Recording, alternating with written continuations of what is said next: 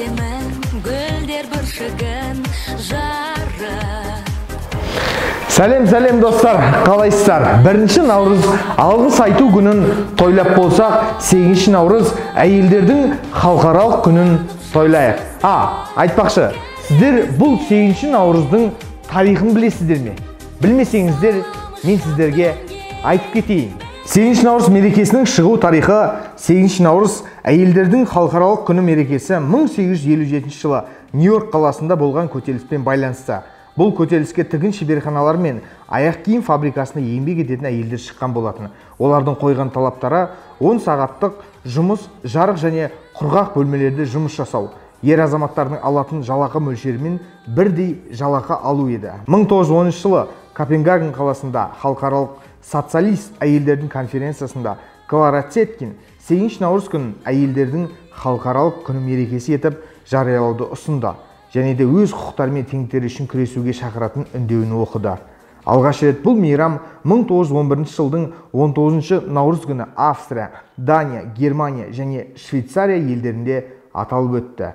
Билікке Кеңес одағы келісімен 8 наурыз мерекесін мемлекеттік мереке ретінде қабылдады. 1965 жылдан бастап бұл күн күнтізбеде қызылмен белгіленді. Кеңес одағы тараған соң бұл мереке ТМД елдерінде аталып өтеді. 8 наурыз мерекесін тойламайтын елдер де бар. Олар Жапония, Малайзия, Қытай, Балтық жағалау, Үндістан, Сербия, Ұлыбритания елдері тойламайды. Ұлыбритания әйелдері 8 наурыз күні назарға ілінбейді. Себебі Ұлыбританияда 8 наурыз ресми мереке болып саналмайды. Ұлыбританияның әйелдері тек әйел болған үшін мереке кейіпкеріне айналу деген ұғымды не принимайды. Бұлар Пасха мерекесінен бұрын 3 апта бұрын тойланатын аналар мерекесін тойлайды. Оның өзін чуть-чуть. Мадагаскар елінде 8 наурыз тек қана әйелдер демалады екен. Қайталап айтам, тек қана әйелдер. What the fuck?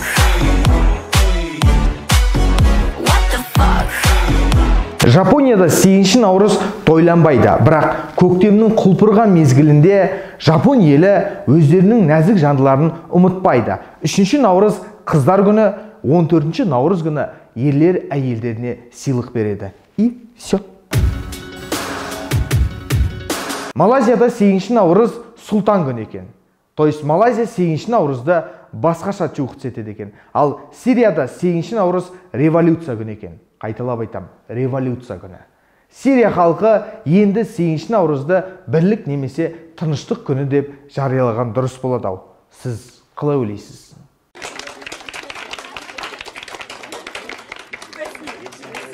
Ал Мұхамеджан Тазабек 8 наурызға байланысты былай дейді. 8 март дейміз ғой, мысалы 8 март күні мына Клара Сеткиндер бар, басқа өзінше ана сол көздің көсем қатындары бар, бәрі жабылып, әйелдердің жария түрде, демократичный түрде шығып көпшіліктің алдында өзінің хижаптарын алып жер құрған күні ғой. Мұсылмандардың білімсіздігін адамдығын пайдаланды, кейін шешініңдер, еркектермен теңсіңдер деді. Еркекпен тең болам деп бишараны құйрығын қажап тракторға отырғызып қойды.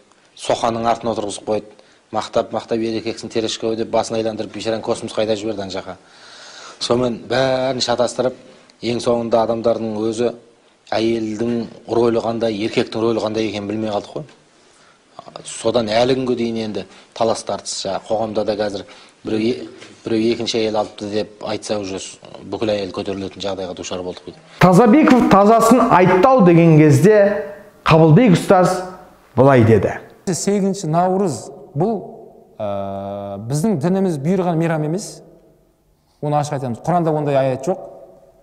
Пайғамбар алейхиссалам уақытында ондай дәл сондай күн тойланған күн жоқ. Солай ғой. Енді бізге даналық керек екен. Қандай даналық керек? Сол күні елдің бәрі, бүткіл әлем болып, әйел кісілерді құрметтеп жатса, біз не істейміз? Бөлім шығып кетеміз не қарай? Астағфирулла, аузубилля, бидағат ол деп не істейміз? Не даналық бар осы жерде? Қалай ойлайсыздар?